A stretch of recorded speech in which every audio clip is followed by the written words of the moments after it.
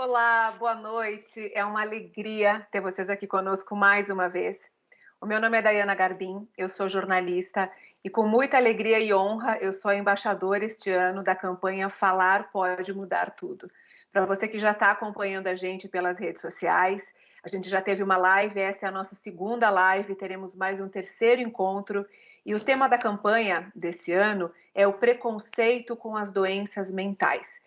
A gente escolheu como nome dessa campanha Falar Pode Mudar Tudo, porque a gente sabe que, infelizmente, ainda existe um grande preconceito, um grande estigma com as doenças mentais, com as pessoas que têm um sofrimento psicológico muito grande.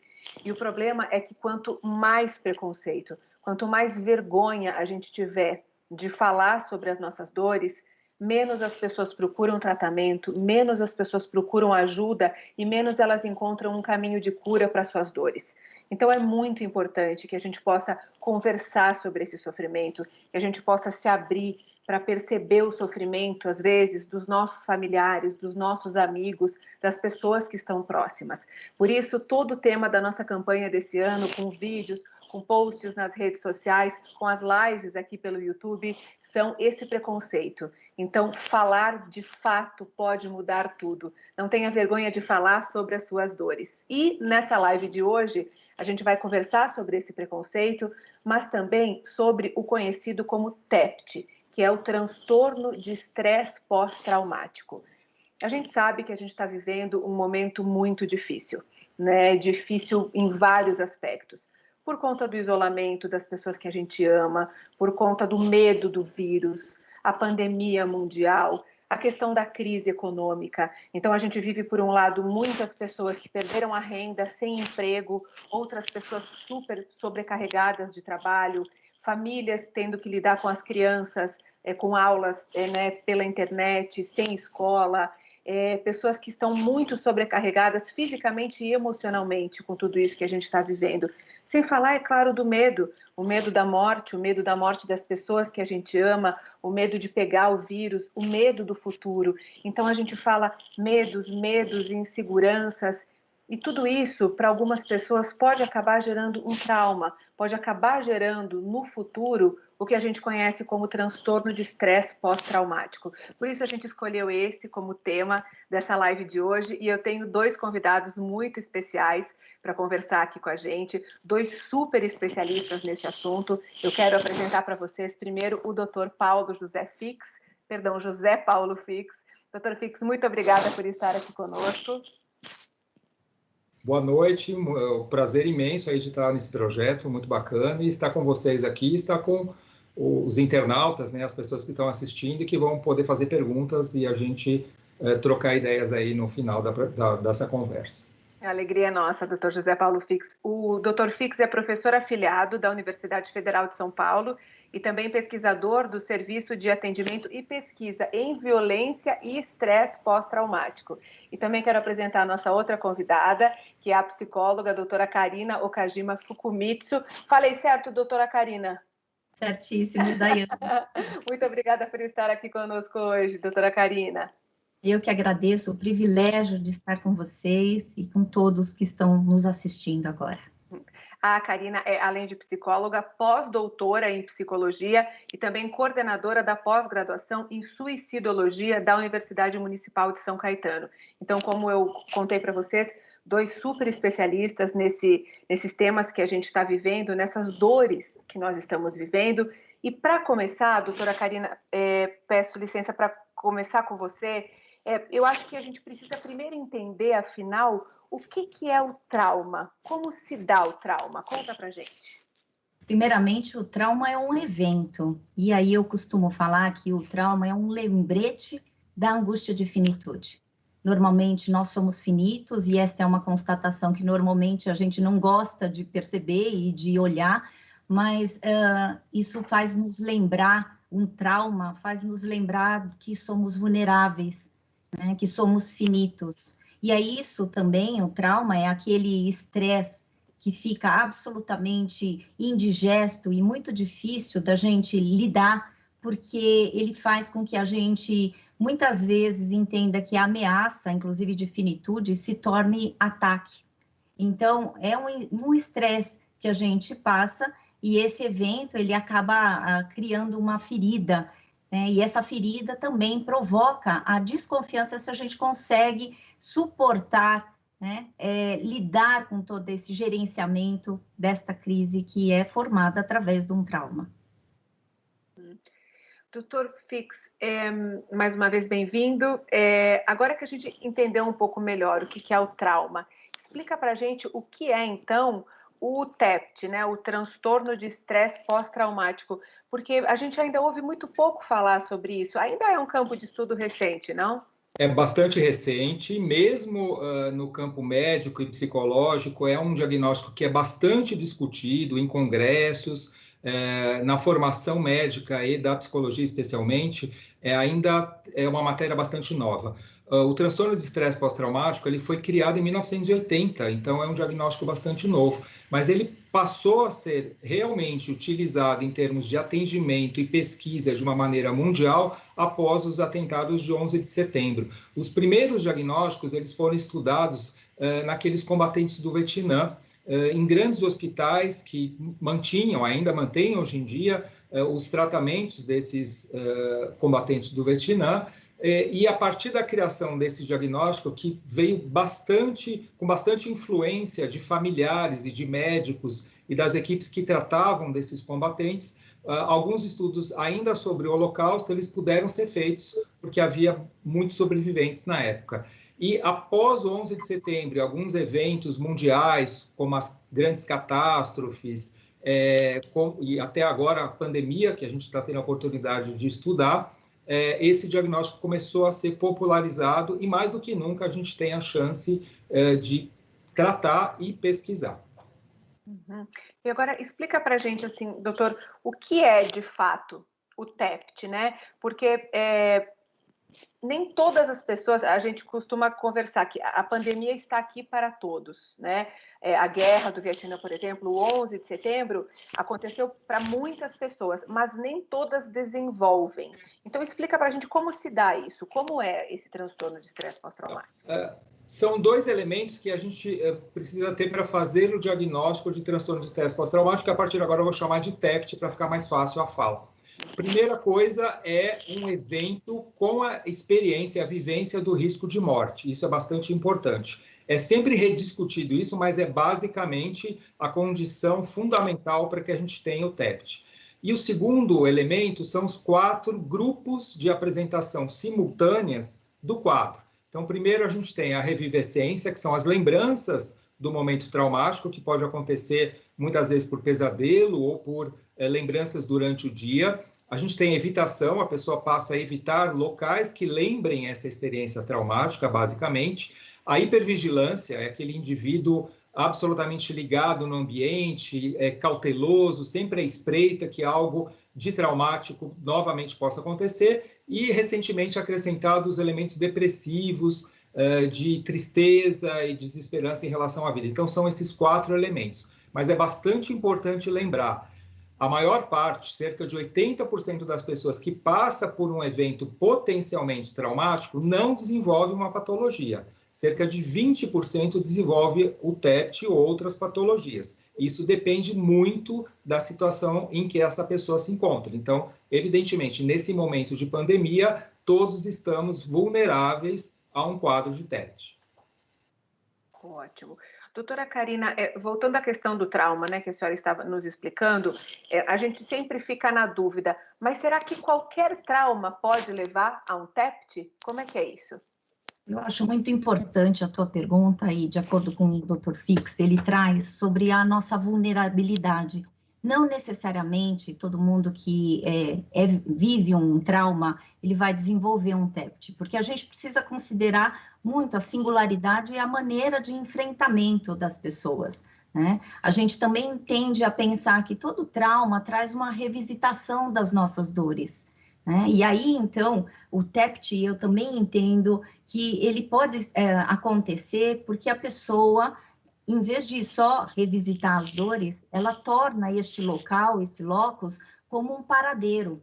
E isso que realmente vai desenvolvendo, né, uma certa paralisação e um destino final, para aquilo que foi traumático, né? Para aquele evento que criou uma ferida. Então, a gente sempre precisa preservar a compreensão da singularidade. E aí, então, eu tenho uma frase que eu falo que o sentido é do sentidor, aquele que sente a dor. Cada um vai sentir a sua dor, a sua própria dor, a sua maneira. E eu acho que é importante a gente não cair em generalizações, né? Fundamental. Isso para todos os transtornos, todo o sofrimento, né? Sempre que a gente, enfim, generaliza ou a gente aumenta a culpa e a vergonha, e a gente vai conversar sobre isso daqui a pouquinho. Mas antes eu queria perguntar para o Dr. Paulo. Dr. Paulo, a nossa campanha é sobre o preconceito. E eu gostaria que o senhor falasse para a gente, nesse momento, assim, que a gente está vivendo tudo isso, como é que o preconceito se dá nesse momento? A primeira colocação, antes até de falar de preconceito, a gente tem que lembrar que doença é geralmente o lado sombrio da vida. A doença imediatamente nos coloca no lugar de um cidadão de segunda classe. Então, já é uma condição bastante difícil. O preconceito, por definição, especialmente aí no campo das doenças mentais, ele é caracterizado por uma desqualificação do indivíduo que o joga imediatamente no lugar de exclusão. Então, o indivíduo que sofre preconceito, ele é rotulado e ele é desqualificado como sujeito, como um ser humano. E isso tem acontecido já no ambiente traumático ou potencialmente traumático da pandemia. A gente teve vários exemplos no começo da pandemia com preconceitos em relação ao pessoal da saúde. As pessoas que começaram a trabalhar em ambientes de Covid, eles passaram com muita frequência, a gente viu em noticiários, e certamente pessoas que trabalham aí na área da saúde tiveram várias notícias de pessoas que sofreram preconceito do tipo bullying ou assédio moral em relação ao evento da pandemia. Mas, especificamente agora, o que a gente encontra de preconceito, que está muito veemente, muito forte, é nessa saída ainda da quarentena, que é bastante receosa, a gente encontra palavras do tipo: se você não enfrentar, você é fraco, é um vírus apenas, então enfrente, saia de casa. É um outro preconceito que nós estamos observando agora, neste momento em que as pessoas estão muito amedrontadas e tateando essa saída de um ambiente supostamente mais confortável. Então, como ainda nós estamos nessa etapa inicial da pandemia, a gente está tentando entender, a gente vê que são vários preconceitos que estão acontecendo, ainda estão em andamento. Então, não é uma coisa totalmente esclarecida ainda. Doutor Fix, eu acho que sempre que a gente pensa nesse sentido de a pessoa que está doente se sente fraca, se sente vulnerável, aí ela escuta de alguém, da família ou dos amigos, que isso é coisa de gente fraca, que basta ter hashtag força de vontade, né? Levanta aí e fica feliz. Esse tipo de comentário não ajuda definitivamente, mas às vezes até a família não sabe disso. Então é muito importante a gente reforçar isso, que não se trata de fraqueza, se trata de uma doença como qualquer outra e precisa ser digna de tratamento e de atenção, como uma pessoa que quebra uma perna, por exemplo. Sim, até porque está todo mundo vivendo nesse ambiente de estresse. A gente tem várias mudanças, né, como você falou no início do programa, Daiane, que as pessoas ainda estão tentando entender e não dá para saber o que vai acontecer. Mas esse tipo de cobrança, exatamente nessa fase em que a gente está, em que as pessoas estão retomando as suas atividades, ela está cada vez mais presente. E quando a gente trata de um ambiente potencialmente traumático, a ideia de enfrentamento é um terror para a pessoa que está sofrendo. Então, não adianta a gente falar, seja forte, vai experimentando, vai tentando, vai em frente. Esse tipo de coisa só assusta a pessoa que está ficando ou vai ficar doente. Uhum. Acho muito importante, né, a gente conversar sobre isso, esclarecer isso. Doutora Karina, vocês já comentaram que os estudos do TEPT têm a ver começaram com guerras, né? Guerra do Vietnã, depois a questão do 11 de setembro, mas a gente sabe que as guerras, elas se dão fora da gente e dentro da gente, né? Como é que a gente pode lidar com todas as demandas emocionais da guerra interna que surge dentro da gente de vez em quando? E nesse momento ainda mais, né? Eu acho muito importante você perguntar sobre isso, porque nós temos as nossas batalhas, e nesse período que nós precisamos enfrentar, né, exatamente essas batalhas conosco, né, com as situações. Então, assim, eu sempre penso em 3 caminhos, pelo menos, e todos eles são muito válidos. Ou a gente enfrenta a nossa batalha lutando, e aí, então, infelizmente, aí, o que o Dr. Fix trouxe, a gente tem um preconceito de que enfrentamento é a melhor solução, não neste momento, principalmente no momento em que a gente está vivendo incertezas, né? Um outro enfrentamento, um outro caminho que a gente lida, né, é a fuga. E aí, então, eu me lembro de uma frase do Peirce, né, que é um dos pessoas que traz a Gestalt terapia, ele fala assim: nem toda fuga é doentia, nem todo contato é saudável. A gente não pode julgar. E aí, então, tá a morada do preconceito, porque a morada do preconceito, às vezes, acontece pela ignorância. E quando a gente só tem um ponto de vista, só tem um viés de percepção, isso traz vários prejuízos, né? E aí, outro caminho que eu vejo é a paralisação. E quando a gente congela, numa situação traumática, principalmente, e a tendência é falar, não, mas está errado, fica paralisado, está errado fugir. Eu também não sei se está sempre certo a gente enfrentar, porque essa sensação e essa obrigatoriedade da gente ser extremamente produtivo e encarar todas as batalhas internas, principalmente, é isso que é cruel, é isso que traz realmente uma ferida um pouco maior, ela vai ficando cada vez mais ampla, né? Ampla se a gente não cuidar e não tratar a gente com generosidade. Então, essas batalhas e essas guerras precisam ser acolhidas, principalmente. Me toca muito isso que a senhora traz nesse momento, doutora Karina, porque quem está acompanhando a gente aqui já sabe que eu sou embaixadora da campanha exatamente porque eu passei, durante 20 anos eu tive transtorno alimentar, nesse período eu tive episódios de depressão, e uma coisa que eu pensava era, eu preciso ser forte, eu preciso superar a qualquer custo, mas às vezes você quer melhorar, você sabe que precisa, mas você não consegue. Então, é muito complicado quando as pessoas se colocam também esse peso todo, essa necessidade de eu preciso me sentir forte, eu preciso... Claro que a gente quer melhorar, mas às vezes você não consegue. Então, eu acho que esse caminho também da gente poder acolher com generosidade quando estamos doentes, estamos em sofrimento e precisamos de ajuda, eu acho que é um caminho também muito bonito de autorrespeito, da gente poder se acolher. Eu preciso de ajuda nesse momento, né? E eu acho que precisa de ajuda e tem 2 pontos que são importantes a gente tocar. A compaixão que não serve para a gente, não serve para o outro também. É um momento em que a gente realmente precisa se tornar muito generoso e ter compaixão com a gente, porque afinal a gente está em processo de estresse, né? Esse tempo que a gente está, né? Começa com isolamento, distanciamento, com várias incertezas, começam com vários cronogramas que são cancelados, quer dizer, isso faz com que realmente a gente viva, né? Uma montanha-russa de sentimentos. E aí eu tenho uma frase, Daiana, que eu falo assim: quem está longe julga, quem está perto compreende. Então, quando você se sente julgada, o mais importante é a gente ter alguém que saiba nos respeitar na nossa dor, na nossa incerteza, no nosso sofrimento. E aí eu acho que a gente tem como passar um remedinho aí, né, na nossa alma, que fica extremamente frágil. Joia.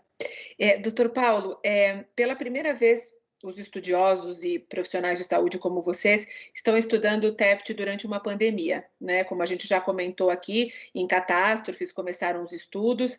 Agora, a gente tem vivenciado algumas catástrofes coletivas, como, por exemplo, Mariana, Brumadinho, né? Tsunamis, teve a epidemia de SARS na Ásia.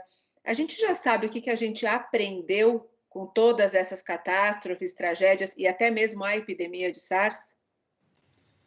Estamos aprendendo, né? Eu fico muito feliz de poder falar logo depois da doutora Karina, porque eu acho que vai complementar essa fala dela a respeito de como a gente tem que tratar a pessoa, a fragilidade, a vulnerabilidade muito subjetiva de cada um nesse momento de evento potencialmente traumático. Isso a gente tem como lição, neste momento, de aprendizados que foram sim, iniciados em algumas epidemias. A gente tem alguns artigos que estamos retomando agora. Felizmente, aquelas epidemias que aconteceram na Ásia há 20 a 10 anos atrás, elas não se transformaram em grandes pandemias como essa que a gente está vendo, mas existem alguns artigos e alguns depoimentos muito interessantes que estão balizando o nosso atendimento agora, mas nunca houve um trabalho, uma possibilidade de pesquisar também como nesta pandemia. A gente tem alguns exemplos aí, como você citou, Dayana, de catástrofes, e que tem equipes maravilhosas aqui no Brasil estudando, o pessoal de Minas, tem também o pessoal da Boate Kiss, né, os médicos que atenderam os serviços de atendimento psicológico, que formaram uma força-tarefa que também estão atuando na Covid. O nosso grupo do PROVE aqui na Unifesp também estamos aí super atentos e atendendo e estudando o tempo inteiro. Mas o que a gente aprende? Que a catástrofe, a catástrofe é sempre uma situação em que o mundo que a gente conheceu não volta mais a ser o mesmo, né? Então, a gente ainda está averiguando se essa pandemia é uma catástrofe ou é um desastre. Um desastre é aquilo que pode voltar a uma certa normalidade, mas a gente não sabe ainda se vai ser uma catástrofe, ou seja, um evento traumático para o mundo inteiro e que o mundo nunca mais vai ser o mesmo. A gente não pode afirmar ainda isso. Mas em alguns eventos catastróficos do passado, e como você citou de Brumadinho, Mariana primeiro e Brumadinho, esse elemento social é cada vez mais valorizado, porque a gente vai ter o desfecho desse evento catastrófico e potencialmente traumático totalmente ligado à mobilização social. E é isso que a gente vive na pandemia. Se a gente tem a mão do homem provocando uma catástrofe, torna muito mais difícil fazer a cicatrização da ferida traumática em toda a coletividade. Então, o desejo de justiça, ir para o lado político, ir para o lado mais de justiça social, ele acaba sobrepujando o elemento da saúde. Nesse momento que a gente está vivendo uma crise na saúde, né, que é basicamente isso, a gente está elaborando ainda, é muito importante que a gente se volte para esse lado social e que ficou muito claro aí que a diferença social provoca um desfecho completamente diferente da Covid. Então, olhar para esse lado social, das vulnerabilidades, das mobilizações, do engajamento social das pessoas neste momento de pandemia faz parte do tratamento dos eventos potencialmente traumáticos. Então, eu acredito que essa seja uma das grandes lições, dentre outras, que a gente vai entender e aplicar para outros próximos eventos. Doutora Karina, quando a gente estava fazendo as reuniões de preparação para essa live, você contou para a nossa equipe, para a gente, uma história sobre o tsunami do Japão, né? Eu gostaria muito que você contasse para as pessoas que estão acompanhando a gente. Essa história foi contada porque eu também estava contando da minha grande luta existencial. Algum tempo atrás eu tive uma inflamação cerebral e aí eu estava me exigindo ser a mesma, né, ser a mesma que lembrava de todas as situações, exigindo, né, depois de passar um tsunami existencial, mas eu voltei para fazer o pós-doc, né, o meu pós-doutorado, para terminar, né, quando eu consegui melhorar, me sentir um pouco melhor, e aí então eu voltei numa palestra da Monja Coen, que estava dando uma palestra lá na Psicologia Social da USP, e aí então eu me exigindo ser a mesma antes, né, de antes, e aí então a Monja Coen pergunta assim, gente, eu acabei de voltar do Japão, faz 1 ano que o Japão teve um tsunami, vocês acham que o Japão já está reconstruído? Aí todo mundo falou, claro, monja, porque os japoneses é um povo muito determinado. Ela falou, que nada, minha gente. Sabe o que eles estão fazendo 1 ano depois do tsunami? Eles estão se resgatando dos escombros. Para mim, foi uma lição, porque eu me exigindo também, meses depois da inflamação cerebral, e eu entendi que todas as vezes que a gente passa uma situação traumática, né, várias situações aí que nos deixaram inseguros, com medo, né, a gente vai precisar, primeiramente, se resgatar dos escombros. E eu acho isso essencial, porque a gente vai voltar, nós estamos voltando. Mas, primeiro, talvez a gente não volte da mesma forma, né? Mas também a gente tem voltado. e tem se resgatado dos escombros, porque isso que é importante a gente enaltecer, priorizar. Nós estamos conseguindo vencer uma batalha, e várias batalhas relacionais, né, das nossas dúvidas, das nossas dificuldades. Então, essa história me valeu muito, né, porque todas as vezes que eu passo um caos, um tsunami, um problema, eu lembro que, primeiramente, eu preciso me resgatar dos escombros. Lindo, muito linda essa história. E que cada um vai ter o seu tempo, né? A gente não tem um prazo, cada pessoa talvez vai demorar um pouco mais, um pouco menos para se resgatar, para se reestruturar, e que a gente possa se respeitar também, respeitar os nossos momentos, né? Agora eu tenho uma pergunta para o Dr. Paulo. Dr. Paulo, a gente está falando muito aqui nas lives e na campanha também de outros transtornos de ansiedade, de depressão, de toque, de muitas coisas assim. E a gente fica pensando, quem já vivia alguma situação como essa antes, ou quem já teve transtorno de estresse pós-traumático antes de viver essa situação da pandemia que a gente está. Isso pode ser um fator para um novo episódio? Isso pode aumentar? Tem alguma relação? Pode, completamente. Eu acho que essa resposta também, né? Eu acho bacana a conversa porque ela complementa, né?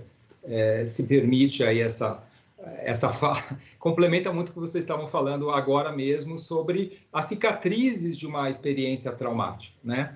Quando a gente trabalha com eventos potencialmente traumáticos, como o que a gente está vivendo, a gente tem que lembrar, primeiro, que são os afetos, a primeira turma a ser comprometida. Entre os afetos, né, especialmente, a gente tem dois conceitos. O de emoção, que é aquilo imediato, que provoca uma reação imediata a nós, que é aquela qualificação imediata, se eu tenho medo, se isso me deixou confortável, enojado, enfim.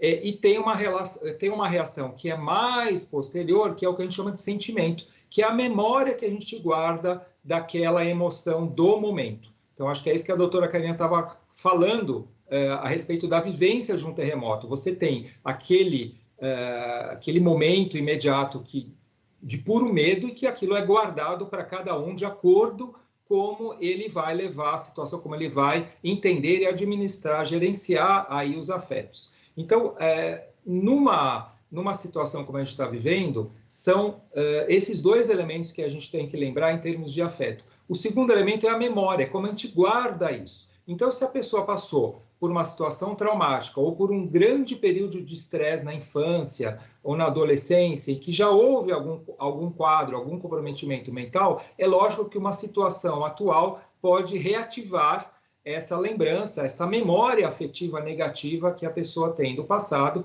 Isso vai incrementar negativamente o quadro atual. Então, é muito importante pensar nisso, e quando a gente vai tratar de uma pessoa que está numa situação potencialmente traumática, a gente tem que fazer também uma investigação histórica, a história dos afetos dela em relação a possíveis traumas do passado. E nesses momentos de grande comoção mundial, é bastante comum, em situações, por exemplo, como a de estresse, que é essa pressão constante que a gente está vivendo agora, que é um pouco diferente do trauma, porque pessoas que estão em casa, elas não estão passando por um medo absoluto como alguém que está trabalhando na zona do Covid, mas ela pode ser tão traumática como uma pessoa que está na zona de guerra aí do Covid, porque o estresse constante também pode provocar ruptura. É muito importante lembrar isso. E muitas vezes, pessoas estressadas no passado ou estressadas recentemente, elas podem romper com o evento do presente. Doutor Fix, eu escuto vocês falando assim sobre isso e também fico pensando o quanto tem, diante de todo o sofrimento, o preconceito por conta da culpa e da vergonha que a pessoa que está doente ou que está adoecendo sente. Eu gostaria que vocês dois falassem para a gente um pouco sobre isso, porque eu acho que nada melhor do que vocês que atendem os pacientes, que têm esse contato com a condição humana todos os dias, para falar, porque eu tenho uma percepção de jornalista, de uma pessoa que trabalha, as pessoas me contam muito do sofrimento e eu vejo culpa e vergonha em todos os relatos de quem me conta uma dor emocional. Eu queria saber da experiência clínica de vocês, de atendimento. Culpa e vergonha adicionam ainda mais sofrimento ao sofrimento mental? Vou começando com o Dr. Fix. Sim, a culpa e a vergonha, elas tem pesquisadores que trabalham com o conceito de um circuito da moral, que ele está bastante atrelado ao circuito do medo e a esses afetos que eu contei para vocês aí, que ficam bastante sedimentados no nosso psiquismo. A culpa e a vergonha, eles passaram a ser estudados de uma maneira muito mais aprofundada depois dos atentados da Noruega, há mais ou menos 10 anos atrás, em que uma ilha em que adolescentes estavam passando férias e passando também por seminários, uma politização, é um trabalho que os noruegueses têm, um invasor, um atirador, foi lá e matou vários dos adolescentes. A partir dali, isso detonou um estudo bastante aprofundado sobre esses dois conceitos em situação potencialmente traumática, que é a culpa e a vergonha. A culpa é pela responsabilidade do próprio ato traumático, aquele indivíduo que se sente responsável por aquilo que ele sofreu. Isso a gente encontra muito na cultura brasileira, de pessoas que passaram por violência, por exemplo, em baladas ou carnaval, por exemplo, é uma situação que a gente encontra bastante isso, no sentido eu facilitei, ou a família que responsabiliza a pessoa por ter facilitado uma situação de violência. E a vergonha é bastante diferente. Às vezes a gente se confunde na prática clínica, mas a vergonha ela tem uma conotação bastante diferente. É aquilo que eu poderia ter feito e eu não fiz. Isso, no caso da Noruega, ficou bastante claro em adolescentes que se protegeram até involuntariamente com corpos dos parentes ou de amigos e que não foram alvejados porque o atirador acabou matando a pessoa que estava ao lado. Então, é o horror dos horrores. Isso está acontecendo, esses dois elementos estão acontecendo nesse momento de pandemia. Por exemplo, a culpa de ter possivelmente levado o vírus para dentro de casa e contaminado uma pessoa querida. Isso está acontecendo bastante, que propicia aí quadros bastante complicados, o TEPT, ou a depressão, ou o toque, a mania de limpeza, e a vergonha também de não ter feito o que poderia ter feito. A gente encontra em alguns profissionais da saúde esse sentimento, muitas vezes, está presente especialmente no começo. Será que eu fiz o que eu poderia ter feito? Será que eu não fugi da situação em que eu podia ter atendido uma pessoa? Então, são dois conceitos um tanto delicados, mas é muito importante a gente ter em mente quando a gente fala da clínica e da pesquisa nesse campo do trauma. Doutora Karina, gostaria da sua visão sobre isso. Culpa e vergonha tem a ver com a maneira como a gente lida também socialmente, né? Com a maneira como nós somos percebidos. A palavra culpa, ela deriva de uma palavra que significa dívida. Então, aquele que é culpado se sente endividado. E aí, como o Dr. Fix trouxe, né, essa ideia de que as pessoas deveriam ter se comportado de uma forma e não se comportaram, né? E aí, então, a culpa, ela vem com uma certa lamentação de uma onipotência que a gente tem. Porque a culpa também é a impossibilidade da gente dar conta de tudo.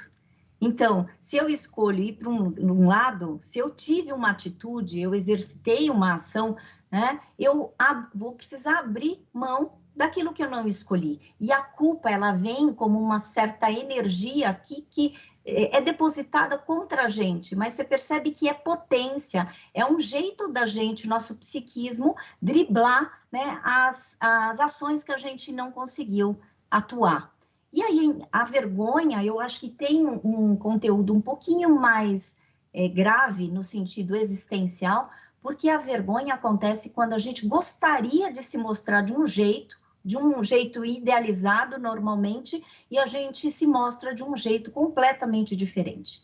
Então, quando, né, o Dr. Fix traz o exemplo que algumas pessoas utilizaram os corpos, né, para se defenderem, quer dizer, eles não se mostraram para a sociedade de uma maneira idealizada, e aí sempre vem a vergonha.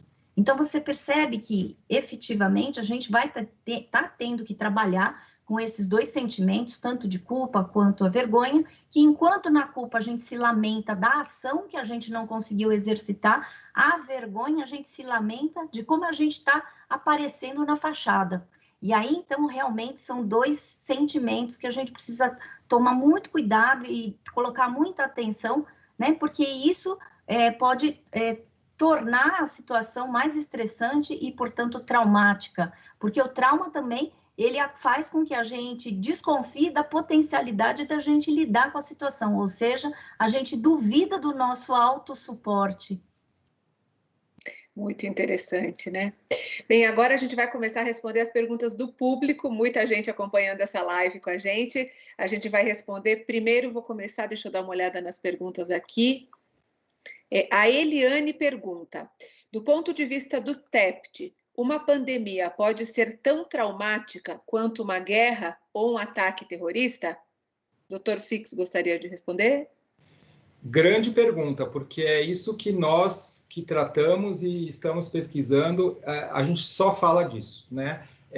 Porque, a rigor, né, o medo de um vírus, ele não é o que a gente chama de critério A. A gente não passou por uma experiência com risco de morte, né? Muitas pessoas que estão isoladas e aparentemente protegidas em seus lares ou na quarentena, etc., não se colocam, né, numa situação de risco e não se sentem correndo risco. Mas o medo, a gente está vendo que está aparecendo com muito quadro de TEPT, é determinante para muitos quadros de TEPT, então isso está em revisão neste momento. É uma revisão que os pesquisadores estão fazendo em relação a esse sentimento de medo, a emoção e o sentimento de medo, provocando quadros de TEPT mesmo em pessoas que aparentemente estejam protegidas. Então, é muito mais no contexto do estresse e não de uma situação traumática, abrupta, de ruptura, como ter o diagnóstico de COVID para UTI, mas sim por esse tempo muito prolongado, o isolamento,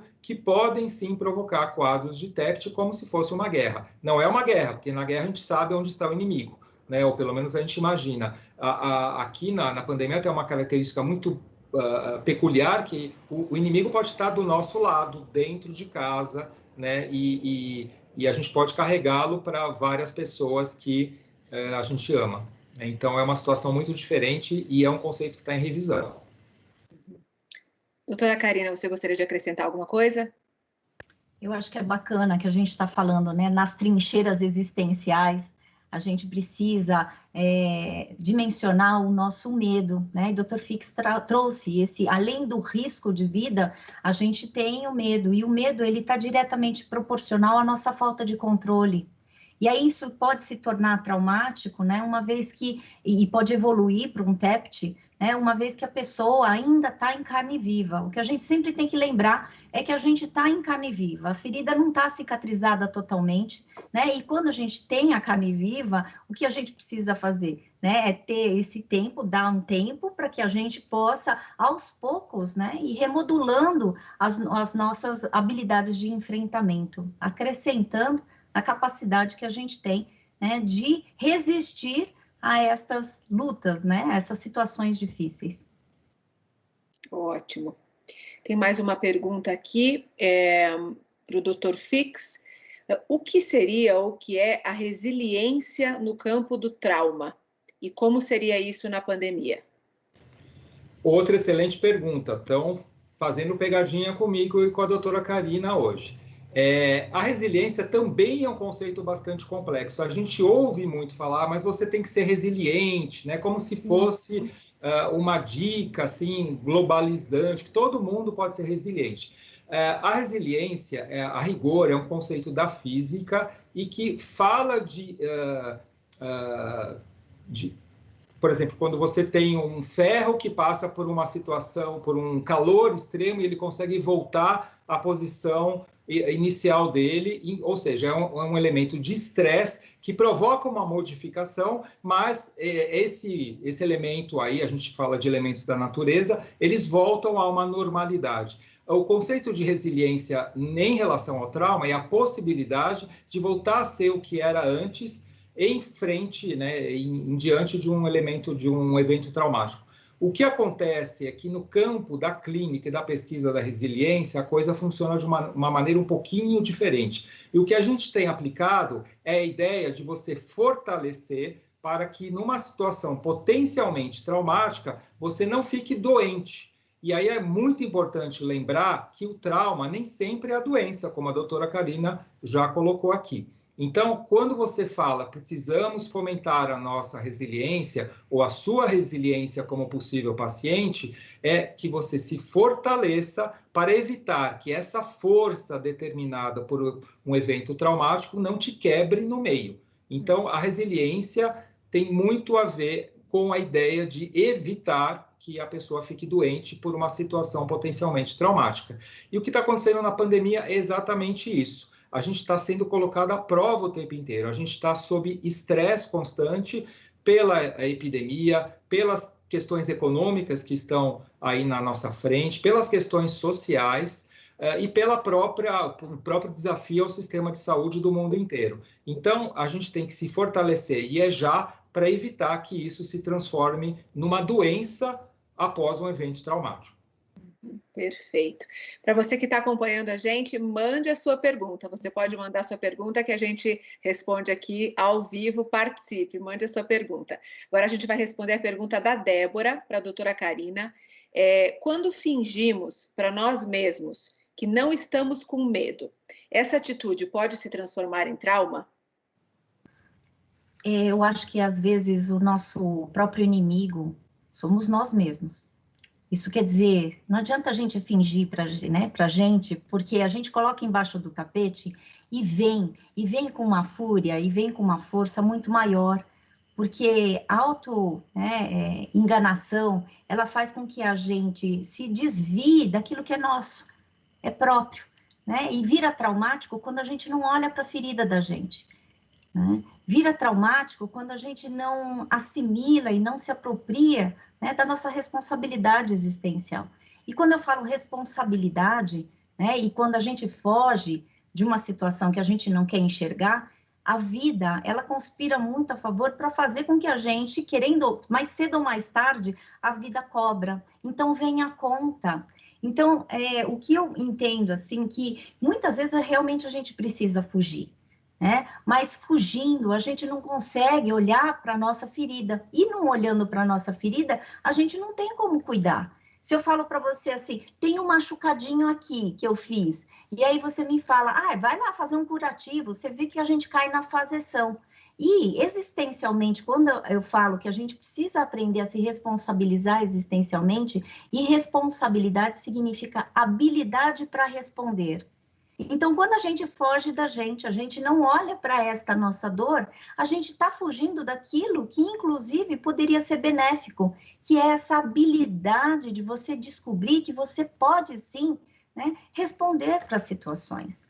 Então, a ideia é, a gente precisa, em alguns momentos, fugir, mas eu te convido a assumir a tua existência, porque Alá Caetano, como ele fala, todo mundo tem a dor e a delícia de ser quem é. Eu acho que isso é lindo, quando a gente se apropria das nossas dores, quando a gente respeita e reverencia, a gente está fazendo um processo que eu nomeei de processo de extrair flor de pedras.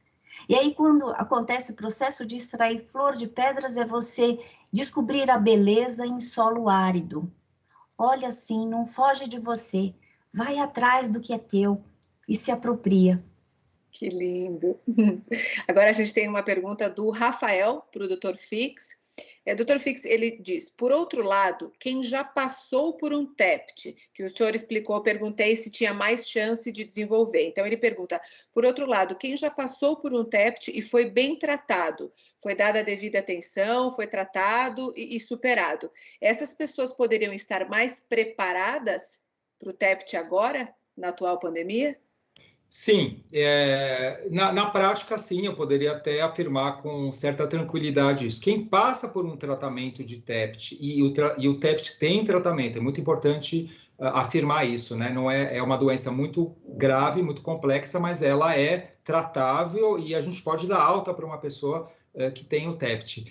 Esse indivíduo que passou por um TEPT passa e tem um sucesso no tratamento e passa por uma situação eventualmente traumática de novo, ele está fortalecido nesse conceito que a gente falou de resiliência, mas também ele tem uma grande capacidade de elaboração de crise, que é algo muito importante de colocar aqui também. A crise não é entrar na catástrofe, não é entender que você caiu no buraco. A crise é poder elaborar esse momento em que há uma ruptura. Você tem a chance de elaborar o evento disruptivo, como a gente diz, para pensar numa solução, implementar e fazer com que essa solução seja sustentável. Então, alguém que já passou por um evento traumático, ficou doente e se tratou de uma maneira satisfatória, tem todo o potencial para elaborar uma crise e não cair nela num próximo evento potencialmente traumático. Agora uma pergunta para a doutora Karina. A Érica quer saber: as crises de ansiedade em razão do momento da pandemia, doutora Karina, podem acarretar traumas? Sim, podem, até porque a crise, ela tem uma compreensão de ser um momento decisivo, né? É uma separação, separa a ação. Então, separa a gente da ação que a gente conhecia, separa a gente daquilo que era conhecido, daquela sensação de pertencimento, daquela sensação falsa de controle que a gente tinha. Então, toda a crise que ela não é acolhida e não digerida e percebida, ela tende a virar uma sucessão traumática, né, de eventos, né, que a gente lembra que trauma acontece quando a gente duvida do nosso autossuporte. Isso quer dizer que, e eu acho isso bacana da gente falar, porque a crise no ideograma japonês tem um outro significado que traz como oportunidade. Crise de ansiedade, estranho seria se nós não estivéssemos com ansiedade, porque eu acho que isso faz parte desse momento de incertezas, mas a crise como um momento decisivo é você entender e como é que você vai assumir, se isso vai ser uma separação, né? Ou se você vai utilizar a tua ansiedade como oportunidade para você virar o jogo, né? Para você conseguir aprender outras situações. E aí não vira traumático, porque quando você, né, faz uma coisa diferente, age de uma forma diferente, você vai ter resultados diferentes. Só quero salientar que isso, né, a frase é atribuída para o Einstein, e que ele fala, insanidade acontece quando a gente quer resultados diferentes fazendo as mesmas coisas. Isso quer dizer, uma crise de ansiedade pode desembocar e desencadear um trauma, mas a oportunidade que nós temos nesse momento é virar o jogo e fazer diferente. A gente sempre tem a oportunidade de aprender, né? Aprender algo sobre nós mesmos, aprender algo sobre a vida. Agora tem uma pergunta para o Dr. Fix, da Fernanda. O TEPT pode trazer quais outros transtornos? Eu acho que é importante fazer uma diferença entre trauma e TEPT. Como a palavra trauma está nos dois lados, tanto no evento causador quanto no quadro, é muito importante lembrar que, perante um evento traumático ou potencialmente traumático, a pessoa, como eu disse, ela pode não ter nenhuma doença, mas se ela tiver, ela pode ter o TEPT ou ela pode ter outras doenças. Então, após um trauma, essa pessoa pode ficar deprimida, ela pode ficar ansiosa e pode ter até outros quadros mais graves, pensando em termos de transtornos mentais. Existem algumas tendências a entender o TEPT como uma doença mista entre esse quadro traumático, como eu descrevi, e outras patologias. Mas o que a gente vê na prática é que o diagnóstico de TEPT tem sido toda hora revisitado, englobando outros elementos de quadros depressivos, por exemplo, ou quadros de ansiedade. Então, não há uma resposta completamente certa em relação a isso. Então, há pesquisadores que acham que o TEPT é uma super doença envolvendo vários sintomas de outras doenças, e outros que acham que são 2 ou até 3 doenças ao mesmo tempo, como, por exemplo, os transtornos de personalidade, que vêm muito aliados ao TEPT. Então, quando o indivíduo fica traumatizado, doente, é muito frequente ele ter elementos da personalidade dele que não estavam ajustados, muito mais exacerbados num quadro de patologia pós-traumática.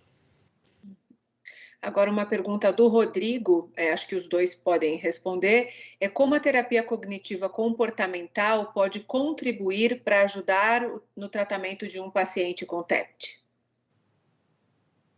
Karina, quem gostaria? Começando com a Karina, pode ser? Todo tipo de psicoterapia pode contribuir, porque a gente tende a entender, né, que a gente precisa fazer uma ressignificação, né, das percepções, principalmente daquilo que é considerado como traumático para a pessoa, aquilo que é considerado como ponto de crise para a pessoa, aquilo que realmente traz um sofrimento existencial. Eu criei um programa que se chama Programa RAISE. Programa RAISE significa, é um acrônimo, né? Acrônimo, e RAISE em inglês significa elevar. Como é que a gente pode elevar uma pessoa que está em sofrimento existencial, né? E aí, como é um acrônimo, o R significa ressignificação de percepções, o A significa acolhimento integrativo do sofrimento existencial. Como que alguma psicoterapia, qualquer tipo de abordagem, né, pode ajudar? Ajuda nessa ressignificação de percepções, né, e de enfrentamento, né, criando possibilidades e ampliação, né, maneiras de enfrentamento e acolhimento integrativo. E quando eu falo acolhimento integrativo, não é só biológico, não é só psíquico, não é só espiritual, a gente precisa considerar que o ser humano tem várias dimensões, então pode sim contribuir, né? Eu acho que quando a gente está em sofrimento, o que a gente precisa estimular é que a pessoa procure ajuda, e ajuda, né, de medicação, de psicoterapia, de homeopatia. Eu acho que, assim, a ajuda é sempre muito bem-vinda, né, que a gente não pode ficar sozinho nessa situação. Dr. Fix?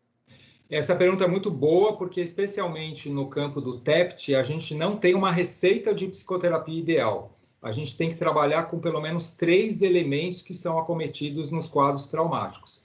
O primeiro é a questão do afeto. O afeto está muito à flor da pele. Então, muitas terapias que são recomendadas, às vezes elas são difíceis para o paciente, que é a terapia de enfrentamento, que não precisa ir ao local onde aconteceu o trauma, só de falar sobre a experiência traumática já é um enfrentamento. O que a gente usa muito hoje em dia é escrever ou tentativas indiretas de enfrentamento, de reconstituição desse afeto que é considerado negativo num evento pós-traumático que causou patologia.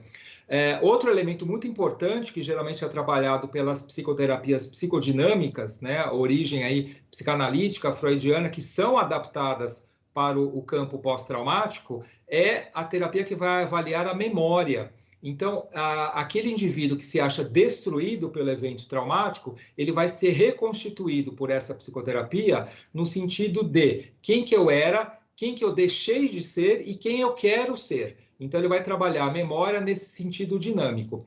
A terapia cognitivo-comportamental, ela basicamente vai trabalhar no que é colocado, entre aspas, aí, correção do pensamento. Então, por exemplo, aqueles 2 conceitos que a gente trabalhou agora há pouco, de culpa e vergonha, elas passam a fazer parte do raciocínio cotidiano da pessoa traumatizada. A terapia cognitivo-comportamental, ela convida o indivíduo a pensar de uma maneira dialética, ou seja, de uma maneira diversa daquela que ele tem certeza que ele funciona no quadro pós-traumático. Então, essa seria uma função específica da terapia cognitivo-comportamental, mas ela não é única no campo do TEPT.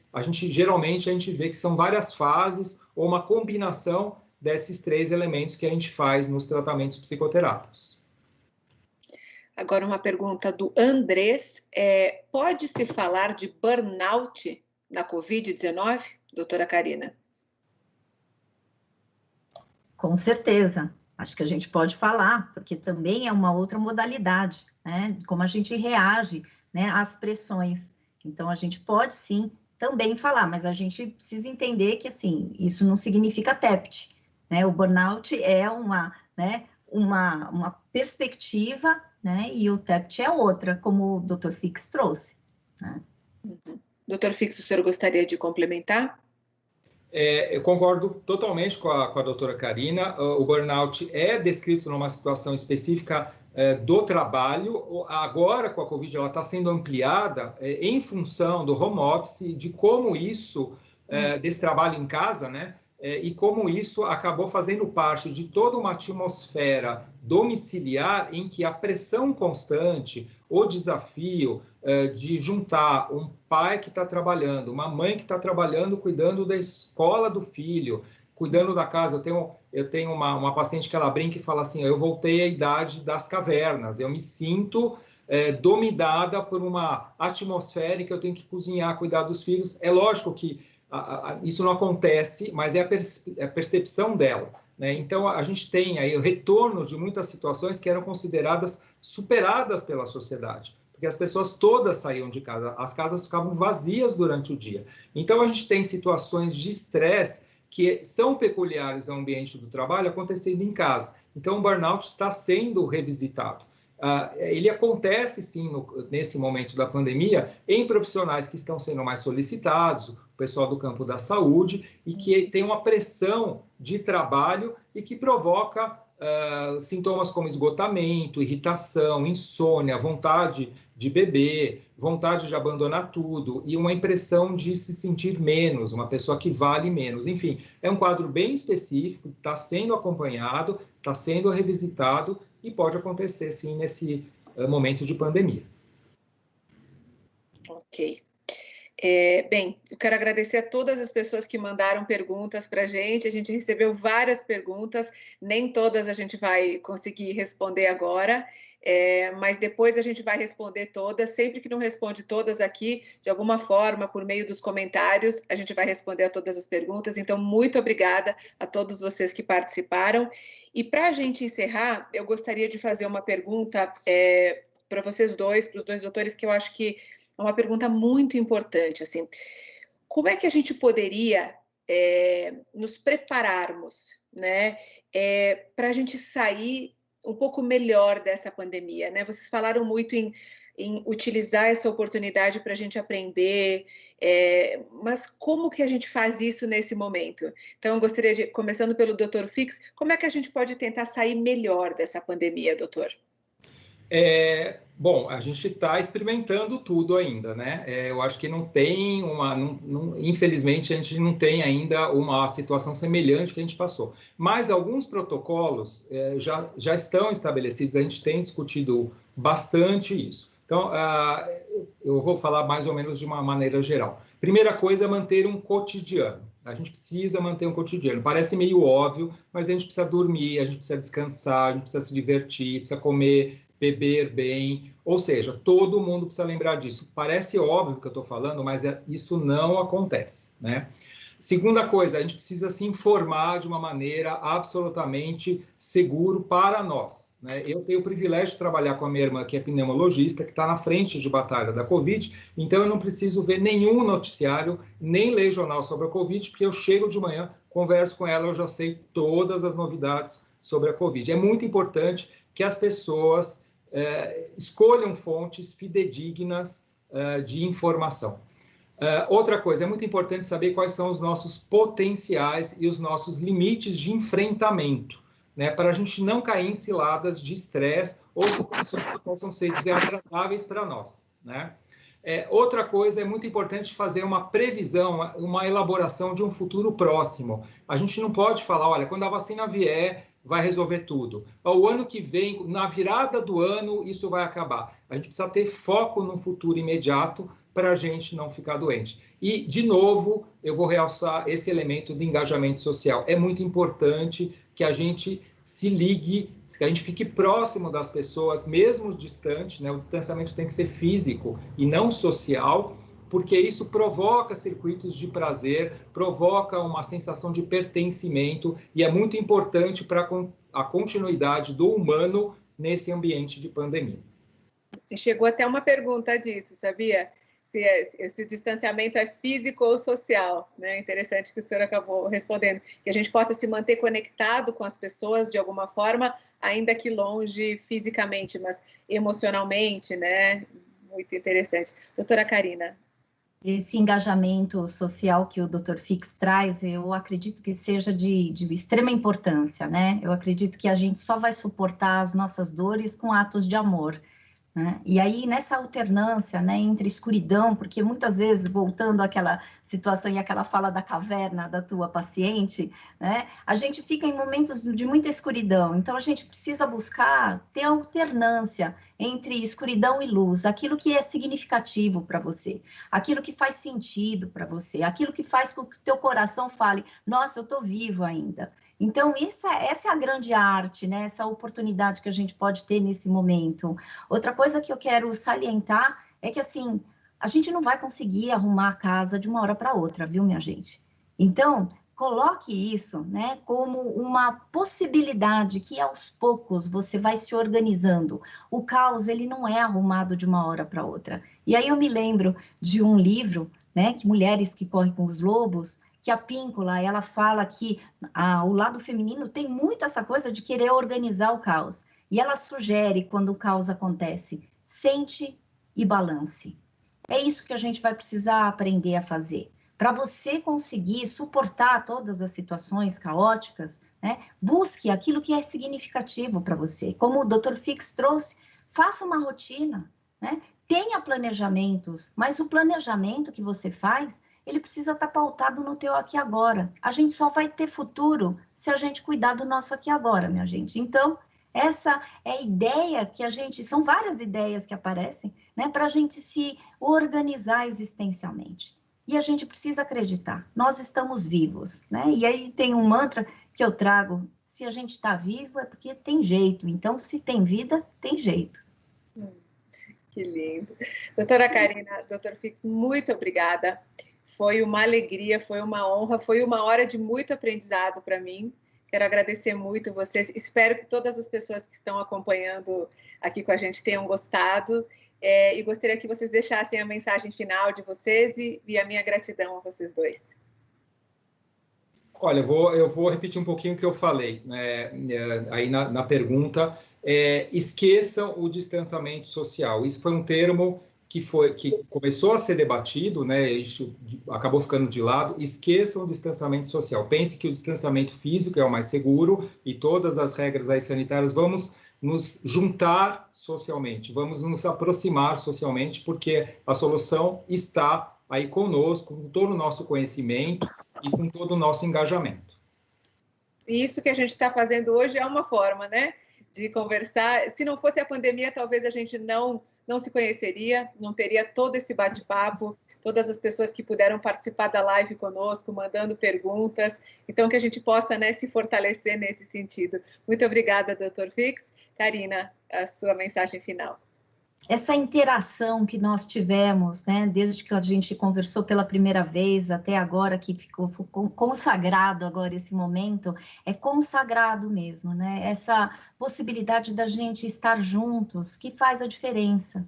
Então, o distanciamento, como o Dr. Fix, que eu adorei, né, fazer parte, né, dessa live com vocês dois, né, me faz pensar o quanto que a gente precisa se dar chances e oportunidades para a gente ter novas experiências, novas oportunidades, para a gente conhecer pessoas diferentes e sentir, né, sentimentos também diferentes, ter emoções, afetos diferentes. Então, gente, ouse. E a ousadia é nesse sentido, experimenta coisas diferentes e se abra para o novo.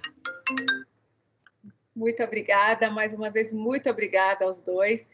Quero agradecer a todas as pessoas que participaram dessa live conosco. Bem, para encerrar essa live, essa é a segunda live, a gente vai ter mais uma. Então, essa é uma campanha que a gente tem o apoio e eu preciso agradecer muito aos nossos parceiros, a nossa parceria aqui nessa campanha Falar Pode Mudar Tudo, com o CVV, que é o Centro de Valorização da Vida, e também a ABRATA, que é a Associação Brasileira dos Familiares, Amigos e Portadores dos Transtornos Afetivos. Essa é uma campanha importantíssima e que bom que nós temos esses dois parceiros trabalhando junto com a gente. Se você está passando por um momento de muita dificuldade, saiba que você também pode contar com o CVV, você pode ligar para o CVV, sempre tem algum voluntário esperando para atender, para conversar com você. Então, obrigada por essa parceria. Bom, gente, eu queria finalizar dizendo para vocês que o mais importante e o coração dessa nossa campanha, a mensagem que a gente quer deixar para você é de fato que falar sim pode mudar tudo. A gente encontra o caminho de cura e eu posso falar isso de coração para vocês, porque esse foi uma parte importante do meu processo, que é falar sobre as dores, buscar ajuda, buscar o tratamento psiquiátrico. Olha como o Dr. Fix é querido, é bonzinho, gente. Psiquiatra não é bicho-papão, eu brinco que as pessoas têm medo, né, do psiquiatra, do psicólogo. A gente pensa, não, mas eu não vou no psiquiatra, eu tenho medo. E eu sempre costumo dizer aqui nos nossos encontros, quando a gente quebra uma perna, a gente não fica com vergonha de ir no médico. Por que você tem vergonha se você está com um sofrimento emocional que muitas vezes vai tirar anos da sua vida, vai te doer mais do que uma perna quebrada? Então, busque ajuda para suas dores emocionais. É importantíssimo a gente acolher isso, acolher a nossa vulnerabilidade e buscar ajuda. Você pode encontrar um caminho de cura, você pode ter uma vida muito melhor. E para encerrar, quero dizer que a gente tem mais um encontro. A nossa próxima live vai ser no dia 10 de setembro, uma quinta-feira, e também, assim como todos os temas da nossa campanha, é um tema muito importante, mas muito delicado, e a gente vai conversar, e muito necessário. A gente vai conversar sobre preconceito, depressão e suicídio. A gente sabe que, infelizmente, muitas pessoas sofrem de depressão, muitas pessoas têm quadros gravíssimos que levam a um momento em que você não vê mais saída para o seu sofrimento, que não pensar em acabar com a própria vida, ou algumas pessoas, infelizmente, acabam fazendo. Então, é um tema doloroso? É um tema difícil, mas a gente precisa falar sobre isso. E nós vamos estar aqui, dia 10 de setembro, aqui no canal do YouTube da campanha Falar Pode Mudar Tudo, com essa live. E você pode acompanhar a gente também no Instagram. Instagram é @Falar Pode Mudar Tudo. Lá tem posts, tem material todos os dias e mais também as nossas lives e conteúdos aqui no canal do YouTube.